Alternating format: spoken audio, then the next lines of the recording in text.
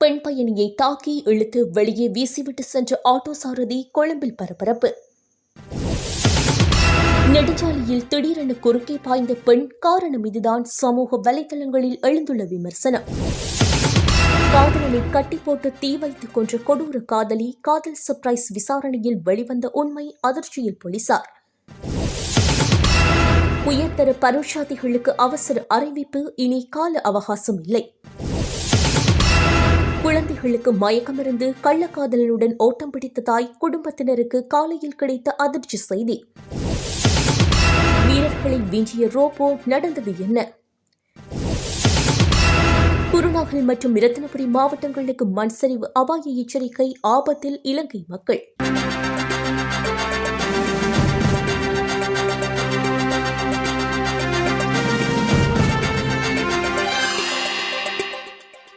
எகிப்தில் ஷாம் நசீம் பண்டிகைக்கு அழைத்து செல்லாத கோபத்தில் யாஸ்மின் என்ற பெண் தன் கணவர் இசாமுக்கு மயக்க மருந்து கொடுத்து அவர் தூங்கியதும் சிமெண்ட் கலவையால் உடல் முழுவதும் பூசி படுக்கையோடு சேர்த்து மூடியுள்ளார்.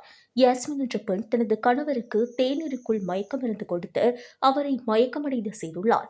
கணவரான இஷாம் தூங்கும் போது யாஸ்மின் 2 மூட்டை சிமெண்ட் கலவையை அவர் உடல் முழுவதும் பூசியுள்ளார். இந்நிலையில் தற்போது கணவர் கவலைக்கிடமான நிலையில், ஆபத்தான நிலையில் மருத்துவமனையில் அனுமதிக்கப்பட்டுள்ளார். அது மட்டுமின்றி இது சமூக வலைதளங்களில் பகிரப்பட்டு வருகின்றது. கட்டுநாயக்க நெடுஞ்சாலை வெளியேறும் வாயிலை சேர்ந்த ஒரு பிராந்திய தொழிலாளரான பெண் சட்டென்று வீதியை கடந்து சென்ற காட்சி திணற வைத்துள்ளது. இந்த சம்பவம் நேற்று நெடுஞ்சாலையில் பதிவாகியுள்ளது. குறித்த சாலையில் சரக்குகளை ஏற்றிக்கொண்டு தொழிலாளர்களோடு வாகனம் பயணித்தது. திடீரென பெண் தொழிலாளி சரக்கு வாகனத்தில் இருந்து இறங்கி வீதியில் இருந்துள்ளார். அதனையடுத்து சக தொழிலாளர்கள் அவரை எழுப்பி ஏன் இறங்கினீர்கள் என கேட்பதற்கு முன்னரே அவர் அங்கிருந்து வெளியேறினார். கவனமாக செல்லுங்கள் என தொழிலாளர்கள் கூறுவதற்கு முன்னரே பாதுகாப்பற்ற முறையிலும் மிகவும் அபாயகரமான வகையிலும் நெடுஞ்சாலையை கடந்து சென்றார். இதன் காரணமாக நெடுஞ்சாலையில் போக்குவரத்திற்கு பெரும் இடையூறு ஏற்பட்டது. சட்டென்று விழுந்து அங்கிருந்தவர்களை பேசிக்கொண்டு வீதியை அவதானிக்காமல் சென்றுள்ளார். அவர் அவ்வாறு சென்றதும் வீதியில் பயணித்த ஏனையோர் இதனை அவதானித்து தமது வாகனங்களை நிறுத்தியுள்ளனர். வேகமாக ஏதேனும் வாகனங்கள் பயணித்து இருந்தால் விபரீதமாக மோதி விபத்துக்கள் ஏற்பட்டிருக்கலாம் என பலர் எச்சரித்திருந்தனர். அதிர்ஷ்டவசமாக எந்த ஒரு விபத்தும் ஏற்படாமல் தப்பித்துள்ளார். சமூக வலைதளங்களில் குறித்த காணொலியை பார்த்த அனைவரும் இந்த பெண் மீது பலதரப்பட்ட கோணங்களில் விமர்சனங்களை முன்வைத்து வருகின்றனர். கொழும்பு பன்னப்பட்டிய வீதியில் முச்சக்கர வண்டி சாரதியொருவர் பெண் பயணியொருவரை தாக்கி வாகனத்திலிருந்து தள்ளிவிட்டு சென்ற அதிர்ச்சி சம்பவம் பரபரப்பை ஏற்படுத்தியுள்ளது. 174 பேருந்து பாதையில் பயணித்த ஒரு பெண்ணுக்கு இந்த கொடூரம் நிகழ்ந்துள்ளது. இந்த சம்பவம் குறித்த பகுதியில் இருந்த சிசிடிவி கேமராவில் பதிவாகியுள்ளது. இந்த வீடியோ ஆதாரத்தின் அடிப்படையில் போலீசார் விசாரணையை தீவிரப்படுத்தியுள்ளதாக செய்திகள் தெரிவிக்கின்றன. இந்நிலையில் குறித்த வீடியோ சமூக வலைதளங்களில் வெளியாகி பெரும் அதிர்ச்சியை ஏற்படுத்தியுள்ளது. பெங்களூரில் மேற்கத்திய பாணியில் காதலை வெளிப்படுத்துவதாக கூறி காதலனை எங்கும் நகர்ந்து செல்ல முடியாதவாறு கட்டி வைத்து எரித்து கொன்ற சம்பவம் அரங்கேறியுள்ளது. சம்பவம் தொடர்பில் மேலும் தெரிய வருகையில் 27 வயதான பிரேமா என்ற பெண் 27 வயதான கிரண் என்பவரோடு 2 வருடங்கள் காதலுறவில் இருந்துள்ளார். இருவரும் திருமணம் செய்ய திட்டமிட்டிருந்த நிலையில் சமீப காலமாக அந்த இளைஞன் உறவில் ஆர்வமிழந்து வந்ததாக கூறப்படுகின்றது. இதனால் பிரேமாவுக்கு கோபமும் பழிவாங்கும் எண்ணமும் இருந்ததாக விசாரணைகளில் தெரிய வந்துள்ளது. இதனால் பிரேமா பழிவாங்குகின்ற எண்ணத்தோடு தனது தாயும் சகோதரனும் வெளியே சென்றிருந்த நேரம் பார்த்து காதலனான கிரணை வீட்டிற்கு அழைத்து சென்றுள்ளார். கிரண் அங்கு சென்ற பின்னர் அவருக்கு சர்ப்ரைஸ் கொடுக்க போவதாக கூறி கிரணின் கண்களை முதலில் கட்டி ஒரு நாற்காலிக்குள் அமர வைத்துள்ளார். பின்னர் அவரை நாற்காலியோடு சேர்த்து நன்கு பிணைத்து கட்டியுள்ளார். எதற்காக இவ்வாறு செய்கின்றாய் என கிரண் கேள்வி எழுப்பிய நிலையில் மேற்கத்திய பாணியில் காதல் சர்ப்ரைஸ் கொடுக்கப் போவதாக கூறியுள்ளார். இதனை முற்றிலும் உண்மை என நம்பிய கிரண் பிரேமா சொன்ன நடவடிக்கைகளுக்கு முரண்டு பிடிக்காமல் ஒத்துழைப்பு கொடுத்துள்ளார். பின்பு எதிர்பாராத விதமாக கட்டி வைத்த காதலன் மீது தான் ஏற்கனவே வாங்கி வைத்திருந்த மண்ணெண்ணெயை ஊற்றி தீ வைத்துள்ளார். இதில் உடல் கருகிய கிரண் சம்பவ இடத்திலேயே பரிதாபமாக உயிரிழந்துள்ளார். சம்பவம் குறித்து போலீசார் விசாரணைகளை தொடங்கி பிரேமாவை கைது செய்துள்ளனர். மேலும் சம்பவத்தோடு தொடர்புடைய வீடியோக்கள் அவரது தொலைபேசியில் இருந்து மீட்கப்பட்டுள்ளது. அத்துடன் இந்த சம்பவம் பெங்களூரில் பெரும் பரபரப்பை ஏற்படுத்தியுள்ளது.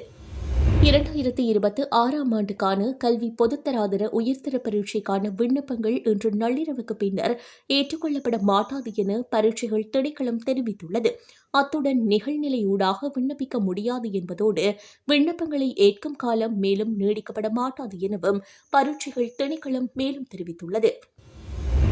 செயற்கை நுண்ணறிவு மற்றும் ரோபோட்டிக்ஸ் துறையில் புதிய புரட்சியை ஏற்படுத்தியுள்ள அஸ்க் எனும் ரோபோ தொழில்முறை டேபிள் டென்னிஸ் வீரர்களை வீழ்த்தி வியப்பை ஏற்படுத்தியுள்ளது. ஜப்பானின் சோனி நிறுவனத்தின் செயற்கை நுண்ணறிவு ஆராய்ச்சி பிரிவினரால் இந்த அதிநவீன ரோபோ உருவாக்கப்பட்டுள்ளது. சர்வதேச டேபிள் டென்னிஸ் கூட்டமைப்பின் விதிகளுக்கு அமைவாக உத்தியோகபூர்வ நடுவர்களின் மேற்பார்வையில் இந்த போட்டிகள் நடத்தப்பட்டன. மனிதர்களின் எதிர்வினை நேரத்தையும் மிஞ்சும் வகையில் அதிவேகமாக வரும் பந்துகளை கடித்து திருப்பி அனுப்பும் ஆற்றலை இந்த ரோபோ கொண்டுள்ளது. இந்த ரோபோவானது 9 ஒருங்கிணைக்கப்பட்ட கேமராக்கள் மூலம் பந்தின் சுழற்சி மற்றும் வேகத்தை மிக துல்லியமாக கணிக்கின்றது. மனித உடல் இயக்கத்தை பிரதிபலிக்கும் வகையில் 8 மூட்டுகள் கொண்ட பிரத்யேக இயந்திர கையை இது கொண்டுள்ளது. 2025 ஏப்ரல் மாதத்தில் உயரடுக்கு வீரர்களுக்கு எதிராக 5 போட்டிகளில் 3 வெற்றிகளை பெற்றதோடு கடந்த டிசம்பர் மற்றும் மார்ச் மாதங்களில் தொழில்முறை வீரர்களையும் தோற்கடித்துள்ளது. இந்த ரோபோவோடு விளையாடிய தொழில்முறை வீராங்கனை மஜுகா தைரா கூறுகையில், இந்த ரோபோவிடம் எந்தவித உணர்ச்சிகளையும் பார்க்க முடியாது. இதனால் அதன் அடுத்த கட்ட நகர்வை அல்லது அது எதில் திணறுகின்றது என்பதை கணிப்பது மிகவும் கடினமாக உள்ளது என தெரிவித்துள்ளார். இதுகுறித்து சோனி செயற்கை நுண்ணறிவு பிரிவின் பணிப்பாளர் பீட்டர் டூர் கருத்து தெரிவிக்கையில், இந்த தொழில்நுட்பம் வரும் விளையாட்டோடு மட்டும் நின்றுவிடாது என குறிப்பிட்டுள்ளார். உற்பத்தித்துறை, விநியோக சேவை மற்றும் பாதுகாப்பு சார்ந்த துறைகளில் அதிவேகமாகவும் துல்லியமாகவும் செயல்படும் ரோபோக்களை உருவாக்க இந்த ஆஸ்க் திட்டத்தின் முடிவுகள் வழிகாட்டியாக அமையும் என அவர் தெரிவித்துள்ளார். ஜனாதிபதி அனுரகுமார திசாநாயக்கவிற்கு எதிராக நம்பிக்கையில்லா பிரேரணை கொண்டுவரப்பட வேண்டும் என பவித்ரு ஹெல உரிமைய கட்சியின் தலைவர் உதய கமன்பில தெரிவித்துள்ளார். பாடசாலைகளில் மாணவர்களை அதிபர்கள் தண்டிப்பது போல சபாநாயகர்களால் அமைச்சர்களை தண்டிக்க முடியாது என சுட்டிக்காட்டியுள்ளார். சபாநாயகருக்கு அமைச்சர்களுக்கு எதிராக ஒழுக்காற்று நடவடிக்கை எடுக்க முடியாது எனவும் அமைச்சர் ஒருவர் நாடாளுமன்ற நம்பிக்கையை மீறியிருந்தால் அவர் பதவியை விட்டு விலக வேண்டும் எனவும் வலியுறுத்தியுள்ளார். அவ்வாறு இல்லையெனில் நம்பிக்கையில்லா பிரேரணையொன்றை கொண்டுவர முடியும் என தெரிவித்துள்ளார். எனினும் நம்பிக்கையில்லா பிரேரணை கொண்டுவரப்பட்டால் தேசிய மக்கள் சக்தியின் உறுப்பினர்கள் அதனை முறியடிப்பார்கள் என தெரிவித்துள்ளார். எந்த ஒரு கள்வரையும் பாதுகாக்க தேசிய மக்கள் சக்தியினர் ஆயத்தமாக இருப்பார்கள் எனவும் அவர் குறிப்பிட்டுள்ளார். எனினும் எதிர்க்கட்சிகள் நம்பிக்கையில்லா பிரேரணையொன்றை கொண்டுவர வேண்டும் என அவர் மேலும் தெரிவித்துள்ளார். ஏனெனில் மின்வெளி மற்றும் எரிசக்தி அமைச்சருக்கு எதிராக கொண்டுவரப்பட்ட நம்பிக்கையில்லா பிரேரணை தோற்கடிக்கப்பட்டாலும் சமூகத்தில் இந்த சம்பவம் தொடர்பான ஒரு அதிர்வலை ஏற்பட்டது எனவும் அதன் விளைவாக அவர் பதவியிலிருந்து நீங்க நேரிட்டது எனவும் சுட்டிக்காட்டியுள்ளார். நிதியமைச்சராக கடமையாற்றி வரும் ஜனாதிபதி அனுரகுமார் திசாநாயக்கவிற்கு எதிராக நம்பிக்கையில்லா பிரேரணை கொண்டு வருவதே பொருத்தமானது என உதய கமன்பில குறிப்பிட்டுள்ளார். நாட்டில் நிலவும் மழையுடனான வானிலை காரணமாக 2 மாவட்டங்களுக்கு உட்பட சில பிரதேச செயலக பிரிவுகளுக்கு முதலாம் கட்ட மண்சரிவு எச்சரிக்கையை தேசிய கட்டட ஆராய்ச்சி நிறுவனம் விடுத்துள்ளது. இந்த எச்சரிக்கை அறிவிப்பு 2026/4/23 மாலை 4 மணி முதல் இன்று மாலை 4 மணி வரை செல்லுபடியாகும் என அறிவிக்கப்பட்டுள்ளது. குருநாகல் மாவட்டத்தின் ரிதிகம பிரதேச செயலக பிரிவு, இரத்தினபுரி மாவட்டத்தின் குருவிட்ட, களவானி, இரத்தினபுரி, நிவித்தகலை, பெல்மதுள்ளை மற்றும் எஹலியகொடு ஆகிய பிரதேச செயலக பிரிவுகளுக்கு முதலாம் கட்ட அவதான மட்ட எச்சரிக்கை விடுக்கப்பட்டுள்ளது. களுத்துறை ஹந்தப்பாங்குடி பகுதியில் வசித்து வந்த 4 பிள்ளைகளின் தாயொருவர் உயிரிழந்த நிலையில் அவரது பிள்ளைகள் ஆதரவற்றவர்களாக மாறியுள்ளனர். 33 வயதான செல்வராஜன் நிஷாந்தி என்ற பெண் ஏப்ரல் மாதம் 1ஆம் தேதி தனது 4வது குழந்தையை பிரசவித்துள்ளார். பிரசவத்தின் பின்னர் வீடு திரும்பிய அவர் 5 நாட்களில் ஏற்பட்ட வயிற்றுவலி காரணமாக ஹொரண மாவட்ட பொது வைத்தியசாலையில் அனுமதிக்கப்பட்ட நிலையில் உயிரிழந்துள்ளார். அவரது மரணம் தொடர்பான பிரேத பரிசோதனையின் போது மரணத்திற்கான சரியான காரணத்தை கண்டறிய உடல் பாகங்கள் அரசாங்க பகுப்பாய்வாளருக்கு அனுப்பப்பட உத்தரவிடப்பட்டுள்ளது. மரண விசாரணையின் போது உயிரிழந்த பெண்ணின் தற்போதைய கணவர் ஆறுமுகம் தர்மதாஸ் குமார் சாட்சியம் அளித்துள்ளார். கடந்த ஓராண்டாக நாங்கள் இணைந்து வாழ்ந்து வருகின்றோம். மனைவியின் முதல் திருமணத்தின் மூலம் பிறந்த 3 பிள்ளைகளையும் நானே பொறுப்பேற்று பராமரித்து வந்தேன். ஏப்ரல் 1ஆம் தேதி அவர் பெண் குழந்தையை பிரசவித்தார். பின்னர் ஏற்பட்ட உடல்நலக்குறைவால் அவர் உயிரிழந்து விட்டார் என குறிப்பிட்டுள்ளார். தாயின் மறைவை தொடர்ந்து அந்த பெண்ணின் முதல் திருமணத்தின் மூலம் பிறந்த 3 பிள்ளைகளையும் பொறுப்பேற்க அவர்களின் சட்டப்பூர்வ தந்தை மறுப்பு தெரிவித்துள்ளார். இதனால் குறித்த 3 பிள்ளைகளும் பரிதாப நிலைமைக்கு உள்ளாகியுள்ளனர். இதனையடுத்து வழக்கு விசாரணை ஹாரண பிரதம நீதவான் லக்ஷ்மினி விதான கமகே முன்னிலையில் இடம்பெற்றுள்ளது. இதன்போது பிள்ளைகளின் பாதுகாப்பை கருத்தில் கொண்டு அவர்களை நன்னடத்தை திணைக்களத்தின் பொறுப்பில் ஒப்படைக்குமாறு நீதவான் உத்தரவிட்டுள்ளார். வடக்கு மாகாணத்தில் உள்ள உள்ளூராட்சி மன்றங்கள் ஊடாக மணல் விநியோகத்தை முன்னெடுப்பதற்கான ஏற்பாடுகள் இறுதிக்கட்டத்தை எட்டியுள்ள நிலையில் அதனை முறைப்படுத்தி அனைத்து மன்றங்களுக்கும் பொதுவானதொரு நடைமுறையை உடனடியாக அறிமுகப்படுத்துமாறு வடக்கு மாகாண ஆளுநர் நா. வேதநாயகன் உள்ளூராட்சி ஆணையாளருக்கு பணிப்புரை விடுத்துள்ளார்.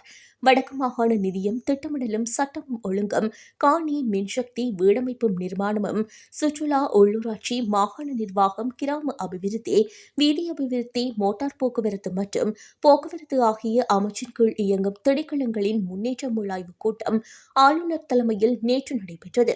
இந்த கலந்துரையாடலின் போது ஆளுநர் வழங்கிய முக்கிய வழிகாட்டல்கள் மற்றும் தீர்மானங்கள் பின்வருமாறு: உள்ளூராட்சி மன்றங்கள் மற்றும் மாகாண திரைசேரிக்கான நிதி வருவாயை அதிகரிக்கும் வகையில் புதிய பொறிமுறைகள் அவசியமாகும். குறிப்பாக குடிபுகு சான்றிதழ் பெறுவதை உறுதிப்படுத்த கண்காணிப்பு பொறிமுறையொன்று உருவாக்கப்பட வேண்டும். இந்த சான்றிதழை பெற்றுக்கொள்ளாமல் வணிக நடவடிக்கைகளை முன்னெடுக்கும் நிறுவனங்களை அடையாளப்படுத்தி அவற்றுக்கு எதிரான முதற்கட்ட நடவடிக்கையாக அறிவித்தல்களை காட்சிப்படுத்த வேண்டும். இது தொடர்பாக மாதாந்த முன்னேற்ற அறிக்கையை உள்ளூராட்சி ஆணையாளர் சமர்ப்பிக்க வேண்டும். உள்ளூராட்சி மன்றங்களுக்கு சொந்தமான கடைகளை பெற்றுக்கொண்ட உரிமையாளர்கள் அவற்றை விதிகளுக்கு முரணான வேறு நபர்களுக்கு மாற்றியுள்ளனர். இது தொடர்பான குழப்பங்களை தீர்க்க விசேட குழு ஒன்றை அமைத்து ஆராய்ந்து உரிய சட்ட நடவடிக்கை எடுக்கப்படும் என்பதோடு யாழ் மாநகர சபைக்கு உட்பட்ட சிறுவர் பூங்காக்களில் உள்ள விளையாட்டு உபகரணங்களின் தரம், பாதுகாப்பு மற்றும் அவற்றின் போதாமை குறித்து பொதுமக்கள் முன்வைக்கும் முறைப்பாடுகள் தொடர்பில் ஆளுநர் விசேட கவனம் செலுத்தினார். அடையாளம் காணப்பட்டுள்ள சில புதிய திட்டங்கள் குறித்து மேலதிக நேரடி கள ஆய்வுகளின் பின்னரே இறுதி முடிவெடுக்க தீர்மானிக்கப்பட்டுள்ளது. கிராமிய அபிவிருத்தி திணைக்களம் மற்றும் காணி ஆணையாளர் அலுவலகங்களின் எதிர்கால திட்டங்கள் குறித்தும் இதன்போது விரிவாக ஆராயப்பட்டது. இந்த விசேட மீளாய்வு கூட்டத்தில் வடக்கு மாகாண பிரதம செயலாளர், ஆளுநரின் செயலாளர், அமைச்சின் செயலாளர், பிரதி பிரதம செயலாளர்கள், உள்ளூராட்சி ஆணையாளர், மாநகர சபை ஆணையாளர்கள், உள்ளூராட்சி உதவி ஆணையாளர்கள், மாகாண பணிப்பாளர்கள் மற்றும் உள்ளூராட்சி மன்றங்களின் செயலாளர்கள் உள்ளிட்ட பலரும் கலந்து கொண்டனர். பெங்களூரு பாகலகுண்டே பகுதியில் தனது 2 குழந்தைகளுக்கு உணவில் தூக்க மாத்திரை கொடுத்துவிட்டு தாய் தனது தகாத உறவினை பேணிய நபரோடு ஓடி சென்ற சம்பவம் பெரும் பரபரப்பை ஏற்படுத்தியுள்ளது. குறித்த பெண் முன்னதாக கிருநகர் பகுதியில் வசித்த போது அங்கு சலூன் கடை நடத்தி வந்த நபரோடு பழக்கம் ஏற்பட்டுள்ளது. இந்த பழக்கம் நாளடைவில் தகாத உறவாக மாறியுள்ளது. இதுகுறித்து அறிந்த குறித்த பெண்ணின் கணவன் தனது மனைவியை கண்டித்துள்ளார். குடும்பத்தினரின் சமாதான பேச்சுவார்த்தையை தொடர்ந்து குறித்த நபரை மறக்க செய்யும் நோக்கில் அந்த பெண்ணின் கணவன் தனது குடும்பத்தோடு பாகலகுண்டே பகுதிக்கு குடிபெயர்ந்துள்ளார். இடம் மாறினாலும் அந்த பெண் குறித்த நபருடனான தொடர்பை கைவிடவில்லை. சம்பவத்தன்று இரவு குப்பை கொட்டிவிட்டு வருவதாக கூறிச் சென்றவர் நீண்ட நேரமாகியும் வீடு திரும்பவில்லை. மறுநாள் காலை கணவர் எழுந்து பார்த்தபோது மனைவி வீட்டில் இல்லை என்பதோடு அவரது 2 குழந்தைகளுக்கும் மயக்க நிலையில் இருந்ததைக் கண்டு அதிர்ச்சியடைந்துள்ளார். இதேவேளை குறித்த பெண் தனது குழந்தைகளுக்கு உணவில் தூக்க மாத்திரைகளை தந்துவிட்டு தப்பிச் சென்றது விசாரணையில் உறுதியாகியுள்ளது. அந்த பகுதியில் இருந்த கண்காணிப்பு கேமராக்களை ஆய்வு செய்தபோது அந்த பெண் குப்பை பையோடு சேர்த்து மற்றொரு பையையும் துணிகள் அடங்கிய பையையும் எடுத்து சென்றது பதிவாகியுள்ளது. இதனையடுத்து அந்த பெண் தகாத உறவினை பேணிய நபரோடு திட்டமிட்டு தப்பிச் சென்றிருப்பது தெரியவந்துள்ளது. இது தொடர்பில் அந்த பெண்ணின் கணவர் அளித்த புகாரின் பேரில் பாகலகுண்டே காவல்துறையினர் வழக்கு பதிவு செய்துள்ளனர். ஐஸ் போதைப்பொருளை தன்வசம் வைத்திருந்த அரசு புலனாய்வு பிரிவைச் சேர்ந்த போலீஸ் கான்ஸ்டபிள் ஒருவர் மீககவத்த கல்வெல்ல பாலத்திற்கு அருகில் வைத்து புதன்கிழமை கைது செய்யப்பட்டுள்ளார். குருந்துவத்தை அரசு புலனாய்வு பிரிவில் கடமையாற்றும் 28 வயதுடைய போலீஸ் கான்ஸ்டபிள் ஒருவரே இவ்வாறு கைது செய்யப்பட்டுள்ளார். சந்தேக நபரிடமிருந்து 98 மில்லிகிராம் ஐஸ் போதைப் பொருள் போலீசாரால் கைப்பற்றப்பட்டுள்ளதோடு சந்தேக நபரை நீதிமன்றத்தில் ஆஜர்படுத்த நடவடிக்கையும் எடுக்கப்பட்டுள்ளது. குறித்த சம்பவம் தொடர்பில் மீககந்த போலீசார் மேலதிக விசாரணைகளை முன்னெடுத்து வருகின்றனர். தமிழ்நாடு சட்டமன்ற தேர்தலின் வாக்குப்பதிவு 85.13% பதிவாகியுள்ளதாக தமிழக மாநில தேர்தல்கள் ஆணைக்குழு அறிவித்துள்ளது. 2021ஆம் ஆண்டோடு ஒப்பிடுகையில் இந்த தேர்தல் மக்கள் ஆர்வத்தோடு வரிசையில் நின்று வாக்களித்துள்ளமை ஜனநாயக உரிமையை நிறைவேற்றுவதை மக்கள் நன்கு உணர்ந்துள்ளதாக தெரிவிக்கப்பட்டுள்ளது. தமிழ்நாட்டில் நடைபெற்ற 2026ஆம் ஆண்டுக்கான சட்டமன்ற தேர்தலில் 4023 வேட்பாளர்கள் போட்டியிட்டுள்ளனர். இந்த தேர்தலுக்காக தமிழகம் முழுவதும் 75,064 வாக்குச்சாவடிகள் அமைக்கப்பட்டு இன்று காலை 7 மணிக்கு வாக்குப்பதிவு ஆரம்பிக்கப்பட்டு மாலை 6 மணி வரை நடைபெற்றது. இந்த வாக்களிப்பில் இரவு 10 மணி வரையான நிலவரப்படி 85.13% வாக்குகள் பதிவாகியுள்ளன. இந்நிலையில் தேர்தல் ஆணையத்தின் உத்தியோகபூர்வ இறுதி அறிக்கை விரைவில் வெளியாகும் என இந்திய ஊடகங்கள் செய்தி வெளியிட்டுள்ளன. தமிழகத்தின் சட்டமன்ற தேர்தல் விறுவிறுப்பாக இடம்பெற்று முடிந்த நிலையில் சமயபுரத்தில் நடைபெற்ற உள்ளாட்சித் தேர்தல் வாக்குப்பதிவின் போது ஒரு வயதான பாட்டியின் வாக்கு தவறாக மாற்றப்பட்டதாக கூறப்படும் சம்பவம் பெரும் பரபரப்பை ஏற்படுத்தியுள்ளது. இந்த சம்பவம் தமிழக அரசியல் களத்தில் குறிப்பாக தமிழக வெற்றிக் கழகத்தின் விசில் சின்னத்துக்கு ஆதரவாக பேச்சுக்கள் எழுந்துள்ள நிலையில் தேர்தல் நடைமுறையில் நேர்மை குறித்த கேள்விகளை எழுப்பியுள்ளது. திருச்சி மாவட்டம் மண்ணச்சநல்லூர் தொகுதியில் உள்ள சமயபுரம் பகுதியில் 15வது வார்டு 5ஆம் இலக்க வாக்குச்சாவடியில் வாக்களிக்க வந்த ஒரு மூதாட்டி தனக்கு விசில் சின்னத்துக்கு வாக்கு போட வேண்டும் என்று தெளிவாக கூறியுள்ளார். விசில் சின்னம் அந்த வாக்குச்சாவடியில் 5ஆம் வரிசையில் இருந்துள்ளதாகவும், ஆனால் தேர்தல் அதிகாரி அல்லது உதவியாளர் 1வது பட்டனை அழுத்தி வாக்கை பதிவு செய்ததாக கூறப்படுகின்றது. 1வது இடத்தில் உதயசூரியன் சின்னம் இருந்துள்ளது. இந்த சம்பவம் வீடியோவாக பதிவாகி சமூக ஊடகங்களில் வைரலாகியுள்ளது. வீடியோவில் பாட்டி விசில் சின்னத்துக்கு ஓட்டு போட சொல்வது தெளிவாக கேட்கின்றது. ஆனால் அதிகாரி 1வது பட்டனை அழுத்தியதால் வாக்கு உதயசூரியன் சின்னத்துக்கு சென்று விட்டதாக வாக்குவாதம் எழுந்துள்ளது.